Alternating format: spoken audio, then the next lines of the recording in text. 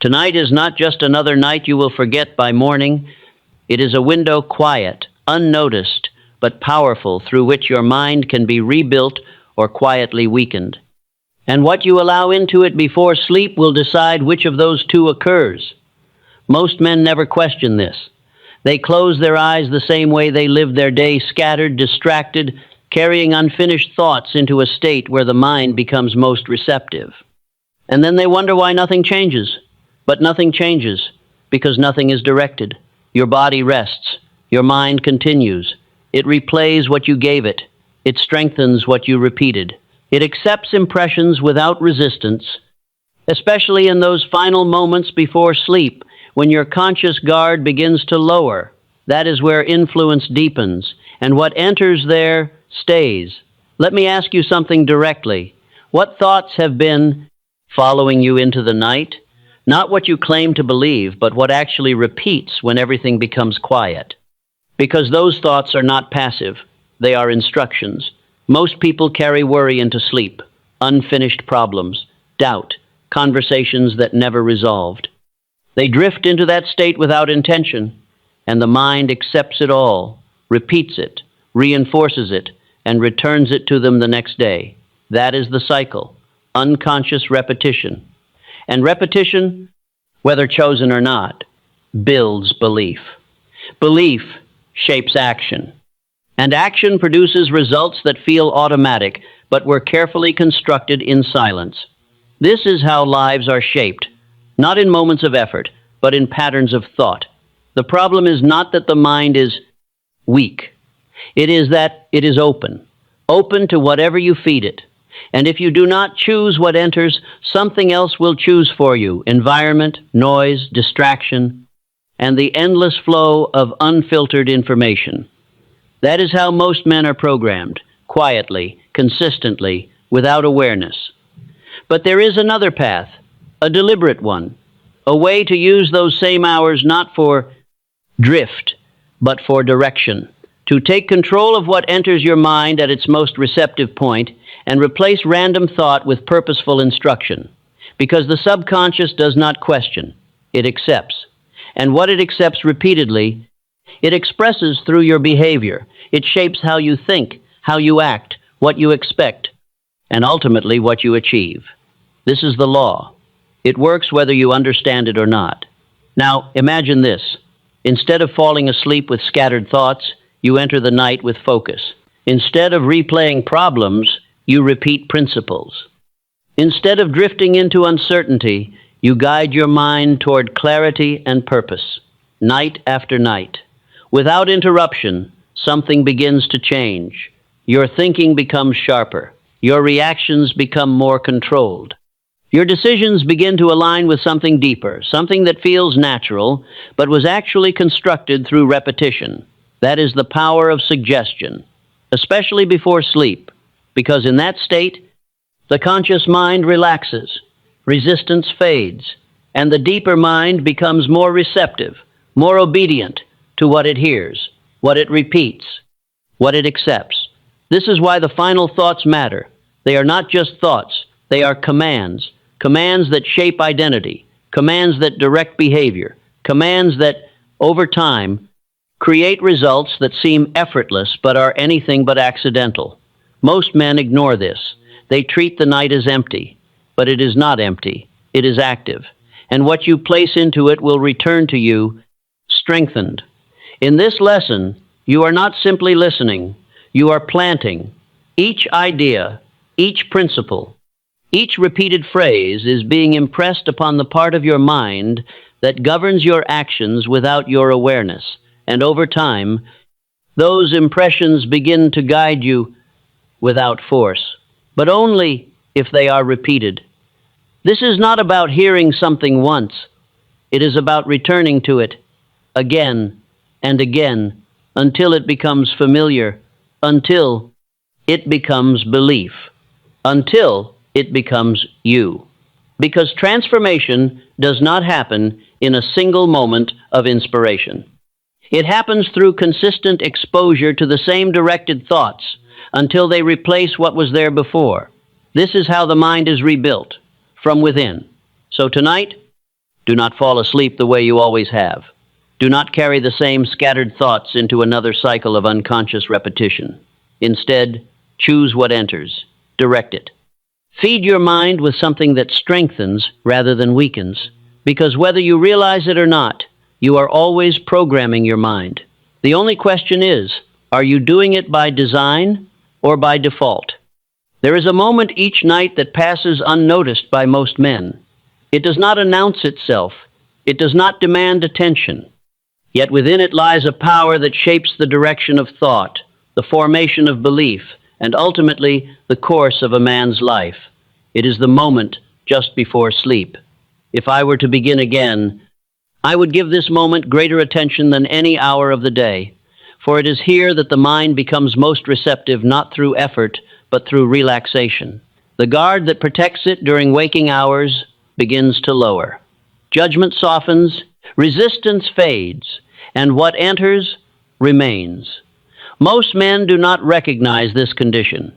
They move into sleep the same way they move through their day, scattered, distracted, carrying with them unfinished thoughts, unresolved concerns, and impressions gathered without intention. They do not direct their thinking, they allow it, and in allowing it, they surrender control at the very point where control is most possible. The mind, in this state, does not question. It does not evaluate with the same sharpness as before. It accepts, it absorbs, it receives impressions and holds them, not temporarily, but with depth. This is the threshold, the point between conscious direction and subconscious acceptance. If I were beginning again, I would not cross this threshold without purpose, for whatever is carried into it is impressed upon the deeper mind, and what is impressed repeatedly becomes part of the man's thinking not only at night, but throughout the following day. This is not speculation, it is law. A man may spend his waking hours attempting to think clearly, to act with discipline, to direct himself toward a definite aim. Yet if he enters sleep with disorder, if his final thoughts are uncertain, distracted, or weakened, he reinforces that same condition beneath the surface. And what is reinforced returns, quietly, consistently. If I were beginning again, I would not permit this. I would recognize that the final thoughts of the day are not passive. They are active. They are instruction. The subconscious mind does not distinguish between what is chosen and what is allowed. It does not judge whether a thought strengthens or weakens. It accepts what is repeated, and in accepting, it begins to express. Thus, a man who carries worry into sleep strengthens worry. A man who carries doubt into sleep strengthens doubt. A man who carries confusion into sleep awakens with the same. This is the cycle, not imposed, but repeated. If I were beginning again, I would break this cycle, not by resisting thought, but by directing it. For the mind, when left without instruction, returns to what is familiar. It replays what has been repeated. It strengthens what has been emphasized. It does not create new order without guidance. Thus, guidance must be given, especially at this moment. There is also a difference between thinking and impressing. A man may think during the day without effect. His thoughts are interrupted, challenged, replaced. But the thoughts that enter just before sleep are not treated the same. They pass inward. They are held. They are repeated without conscious interference. And in this repetition, they gain influence. If I were beginning again, I would understand this distinction. I would not treat all thinking equally. I would recognize that some thoughts pass, others remain, and those that remain must be chosen. There is also a tendency among men to treat the night as empty, as a period of inactivity. Yet this is not so. The body rests, but the mind continues. It organizes, it processes, it reinforces, and it does so based upon what it has received. If I were beginning again, I would not leave this process unattended. I would not allow my mind to be shaped by accident. I would participate, not through strain, but through selection.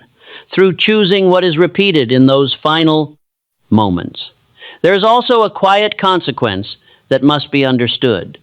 A man who enters sleep with disorder awakens with disorder, not always immediately, but gradually.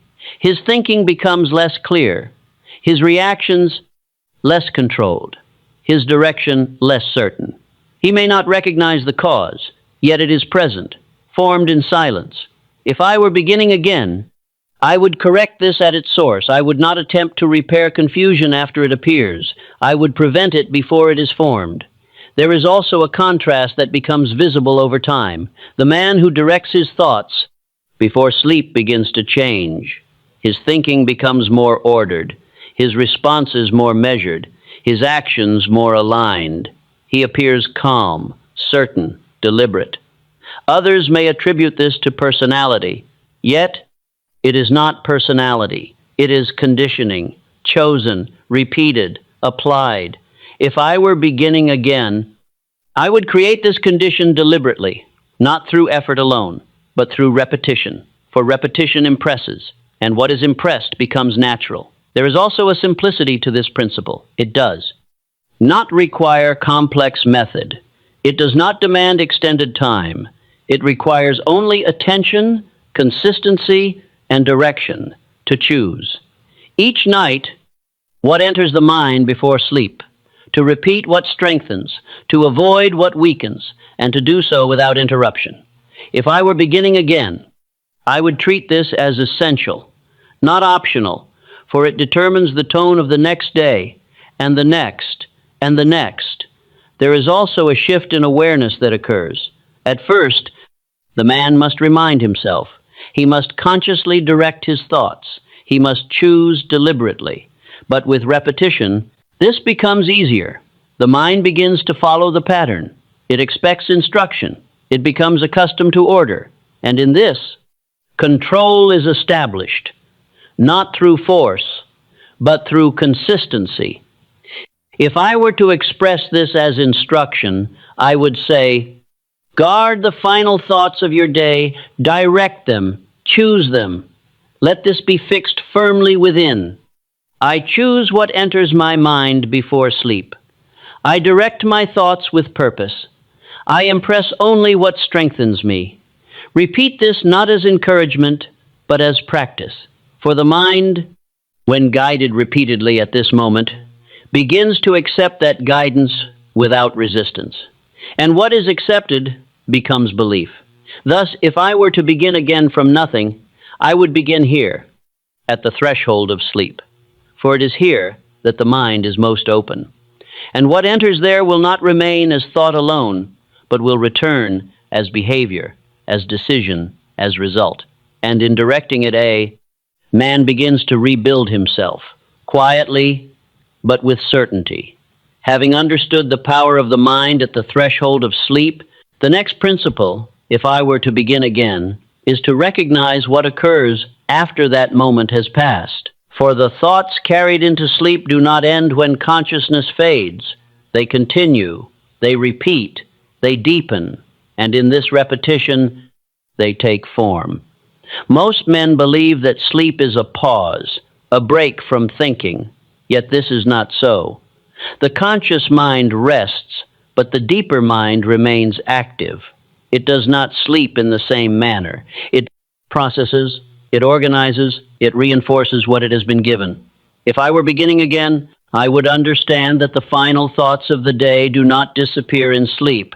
They are multiplied. A single thought, repeated before sleep, does not remain single. It becomes many. It is echoed, strengthened, embedded. This is the unseen repetition, the silent continuation that shapes what a man will think upon waking, and more importantly, how he will act. There is a cycle that operates without announcement. A man enters sleep with a thought. That thought is repeated. It becomes familiar. It is accepted. And upon waking, it returns not as suggestion, but as inclination. The man does not say, I am thinking this because I repeated it. He says, this is how I feel. Yet feeling is not the origin, it is the result. If I were beginning again, I would not be misled by this. I would trace the feeling back to its source, to the thought that was repeated, to the impression that was accepted. There are many who awaken with unease without knowing its cause. They feel uncertain. They hesitate. They carry a sense of tension into the day. Yet this condition was not created in the morning. It was formed the night before, through repeated thought, unnoticed, unchallenged. If I were beginning again, I would not attempt to correct my state only after waking. I would shape it before sleep. For what is formed in repetition returns in behavior. There is also the matter of expectation. A man does not act only upon what he decides. He acts upon what he expects. And expectation is formed through repetition. If he repeatedly enters sleep with doubt, he begins to expect difficulty. If he repeatedly carries uncertainty, he begins to expect confusion. And expectation directs action. Quietly, without effort, if I were beginning again, I would not leave expectation to chance. I would build it through repetition, through directing what is impressed before sleep. There is also a distinction that must be made between thinking once and thinking repeatedly. A single thought may pass, but a repeated thought remains. It gathers strength.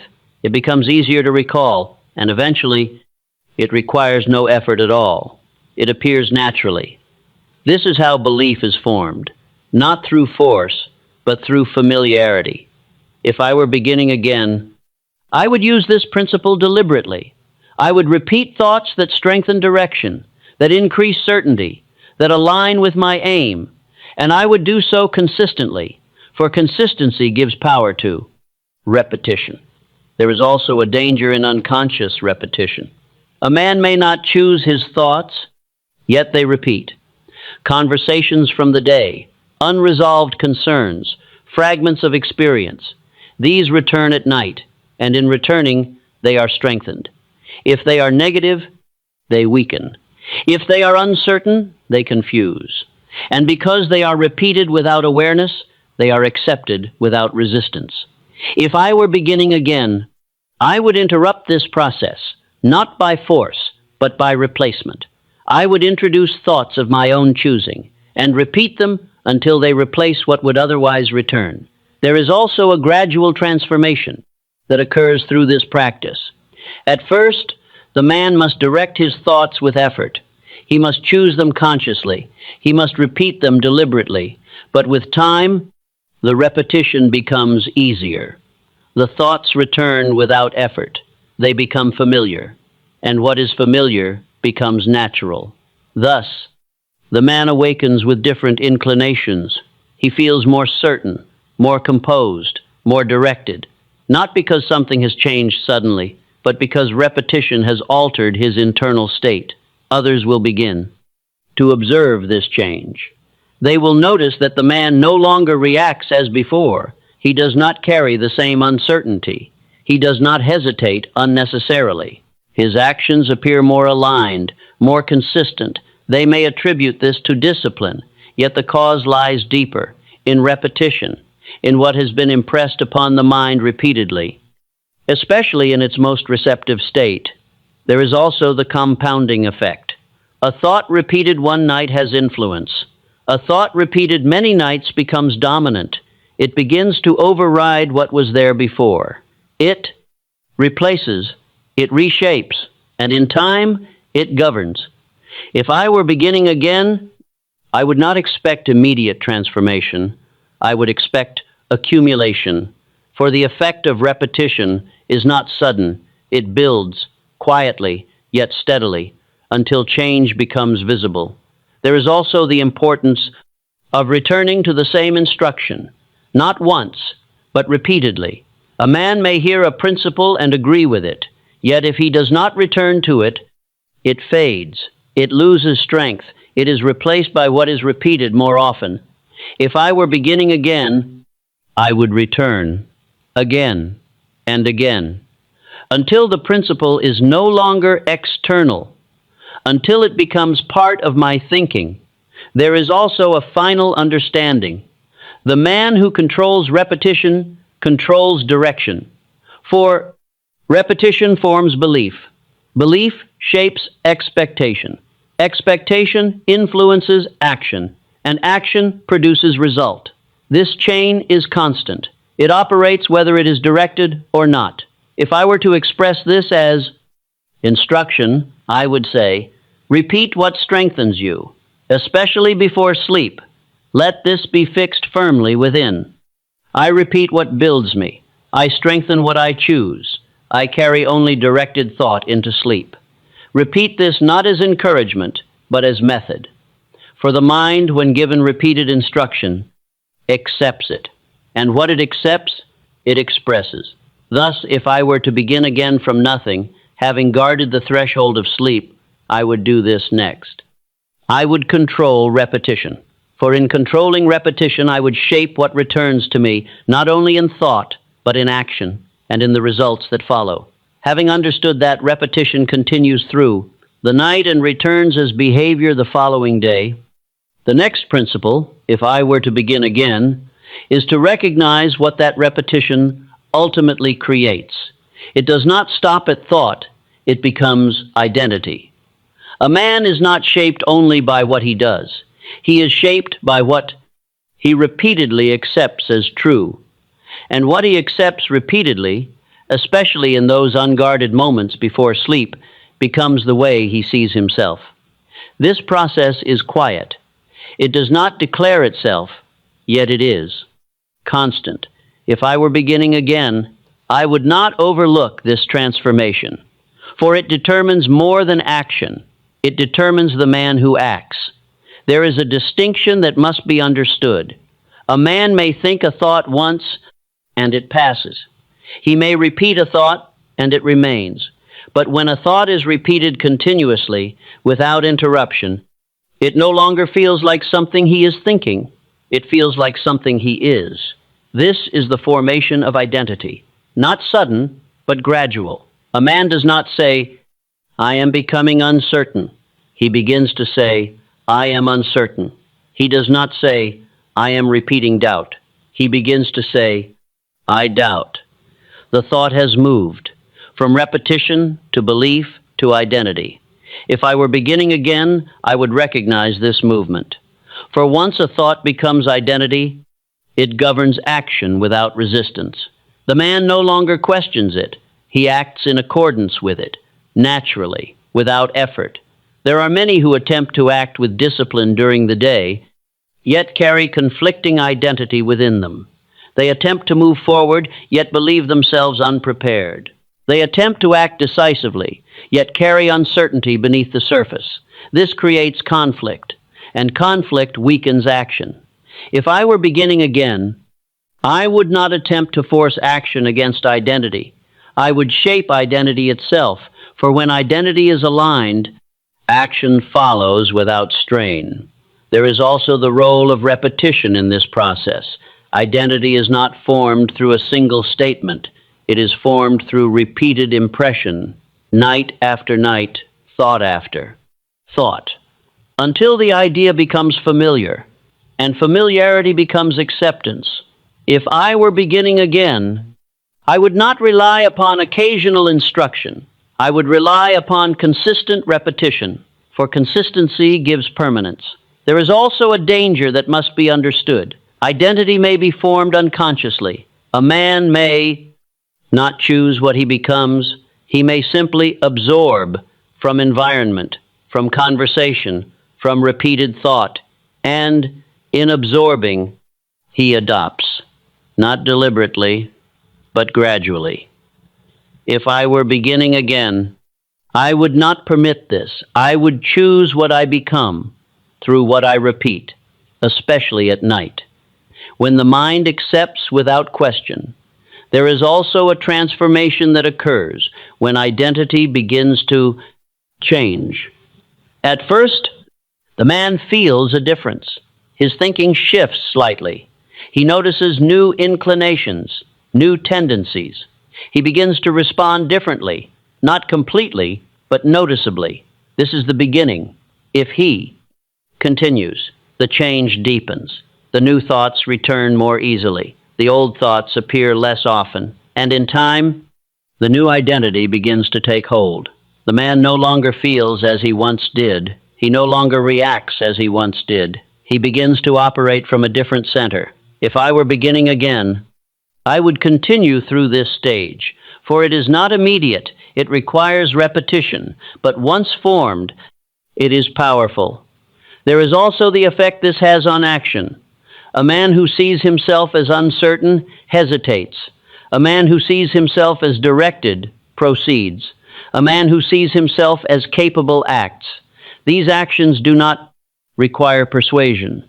They arise naturally from identity. Thus, identity removes effort. It replaces struggle with alignment. If I were beginning again, I would build identity deliberately, not through declaration alone, but through repeated instruction, until it becomes natural. There is also the perception of others. A man whose identity is formed through directed. Thought appears different. He does not speak with hesitation. He does not move with uncertainty. He carries himself with quiet certainty. Others may not understand the cause, but they recognize the effect. They see consistency. They see clarity. They see direction. And in this, they place trust. For men trust those who appear certain of themselves, not through display, but through consistency of action. If I were beginning again, I would not seek to appear different. I would become different through identity. For what is real requires no display. There is also the distinction between forced behavior and natural expression. A man may attempt to act confidently. He may imitate behavior. Yet if his identity does not match, the effort is visible. It feels strained. It does not sustain. But when identity is aligned, behavior flows. It requires no force. It becomes natural. If I were beginning again, I would not imitate.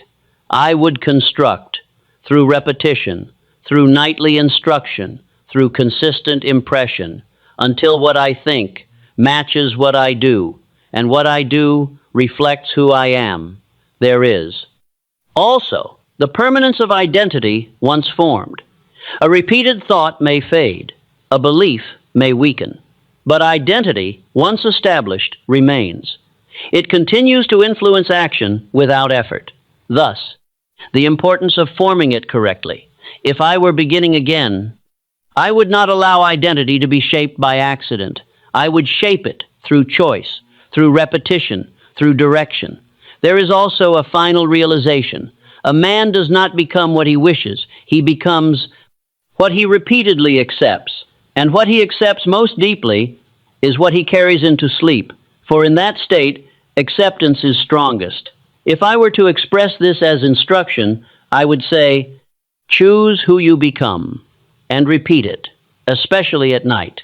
Let this be fixed firmly within. I become what I repeatedly impress upon my mind. I shape my identity through thought.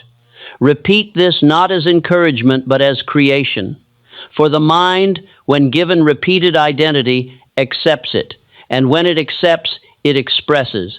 Thus, if I were to begin again from nothing, having controlled repetition, I would do this next. I would build identity through nightly instruction, through consistent thought, until what I repeat becomes what I am, and what I am begins to shape everything I do. Having understood that, identity is formed. Through repeated thought, especially in the receptive moments before sleep, the next principle, if I were to begin again, is to recognize that the mind cannot be left empty. It must be directed. For if it is not directed, it will not remain still. It will drift. And in drifting, it will return to what is familiar. Most men attempt to remove unwanted thought. They resist it. They struggle against it. Yet resistance alone does not remove it. For the mind does not respond to absence. It responds to presence. If I were beginning again, I would not attempt to remove disorder by force. I would replace it. For what is replaced loses its influence, and what is introduced gains it. This is the principle of substitution, simple yet powerful. A man who attempts to eliminate worry without introducing clarity will continue to worry. A man who attempts to remove doubt without reinforcing certainty will continue to doubt, for the mind returns to what it knows, unless it is given something else to follow. If I were beginning again, I would give it direction, especially before sleep. There is a tendency among men to allow the mind to wander at night, to revisit the events of the day, to replay conversations, to consider problems without resolution. These thoughts appear harmless, yet they are not, for they are repeated, and in repetition they are strengthened. If they are uncertain, uncertainty grows. If they are unresolved, confusion deepens. If I were beginning again, I would not permit this wandering. I would guide it, not harshly, but deliberately. I would choose what enters, and I would repeat it until it replaces what would otherwise return. There is also a concept that must be understood. The mind feeds. It consumes thought as the body consumes food, and what it consumes regularly becomes its condition. If it is fed disorder, it produces disorder. If it is fed clarity, it produces... What you have just listened to was only the first half of this lecture. Access the full lecture through the first link in the description. By the way, hey, I'm Jan, the founder of this channel. I've started this channel and wanted to stay in the background and keep the main focus on the message of this channel. But as our community continued to grow, I decided to take the responsibility and step up and build a community around these teachings. So hey, nice to meet you, I'm Jan, and don't forget to access the full tape through the first link in the description.